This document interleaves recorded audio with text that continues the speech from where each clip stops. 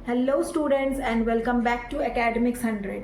आज सिर्फ हम एक पोम की रीडिंग नहीं करेंगे, बल्कि आज हम एक जर्नी में जाएंगे। We will go deep inside the jungle, जहाँ पे हमें तरह तरह के वाइल्ड एनिमल्स से मुलाकात होगी और बहुत ही हिलेरियस वे में, एक बहुत ही मजाकिया तौर पे हम डिफरेंट वाइल्ड एनिमल्स से मुलाकात करेंगे।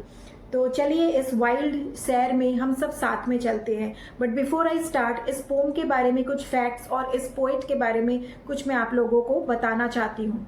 इस पोम का नाम है how to tell wild animals. अब आप लोगों को पता चल गया होगा कि ये एक क्लास 10 का सिलेबस का चैप्टर है, जो कि एक पोम है जिसका नाम है how to tell wild animals और जिसको लिखा है कैरोलिन वेल्स ने।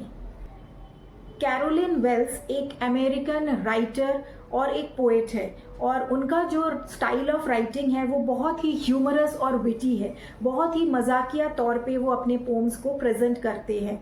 तो चलिए इस पोम के थ्रू हम ये समझ में आ जाएगा कि किस तरह के पोम्स वो लिखते हैं, क्योंकि ये जो पोम है it's a proof that she writes a humorous poem. And so let's decode the poem. Imagine करो कि आप एक जंगल के सैर पे हो। आप धीरे से deep inside the jungle walk कर रहे हो। ताज़ी हवा चल रही है, पत्तों की आवाज़ें आ रही है बिकॉज ऑफ द एयर, और तभी अचानक से आपको एक रोर, एक गुर्राने की आवाज़ आती है और आपके सामने कूद के एक बड़ी सी बिल्ली आ जाती है। पैनिक मत होइए। शायद आपको समझने से पहले कि ये कौन सा वाइल्ड एनिमल है, वो एनिमल आपको मार चुका होगा। पर आप घबराइए मत, क्योंकि कंग्रेचुलेशंस, आप एक एशियाटिक लायन से अभी अभी मिले हैं।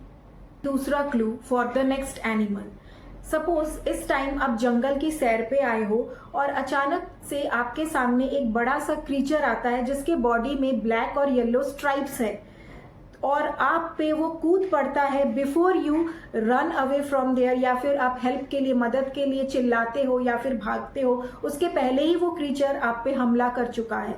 तो क्या आप गेस कर सकते हो ये दूसरा क्रीचर कौन सा है?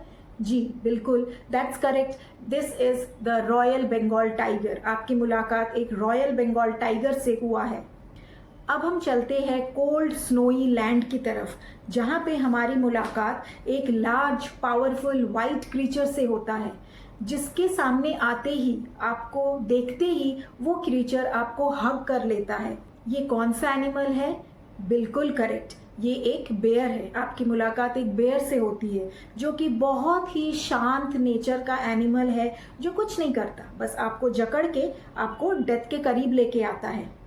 तो अगली बार अगर आपकी मुलाकात एक बेर से होती है और वो आपको प्यार से हग करे, तो ये मत समझिए कि ये बेर का प्यार है, बल्कि ये उसका लंच टाइम है।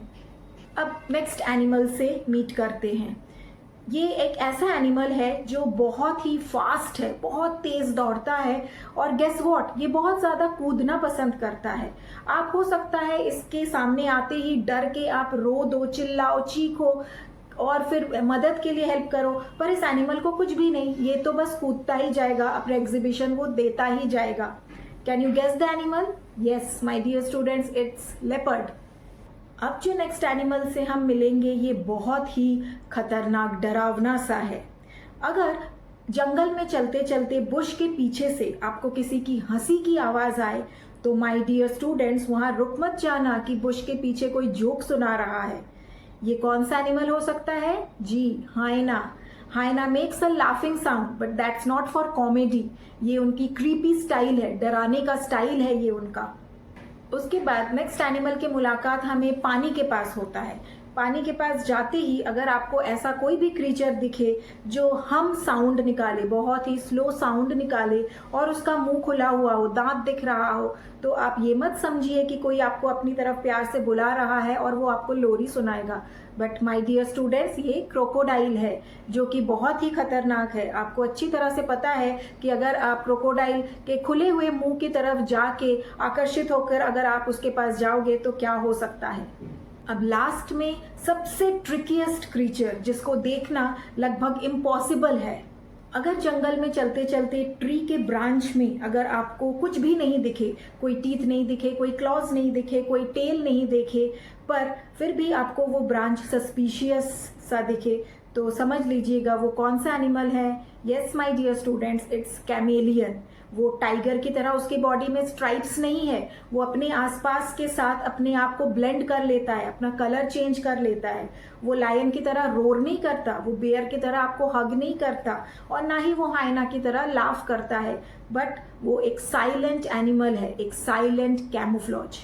इस पोम के थ्रू जो पोएट है कैरोलिन वेल्स, वो ना केवल अपने ह्यूमरस स्टाइल में जो फनीएस्ट डिस्क्रिप्शन दिए हुए हैं उन्होंने एनिमल्स के लिए, वो सिर्फ हमें हंसा ही नहीं रहा है, बल्कि एक डीप मीनिंग भी है इसके पीछे।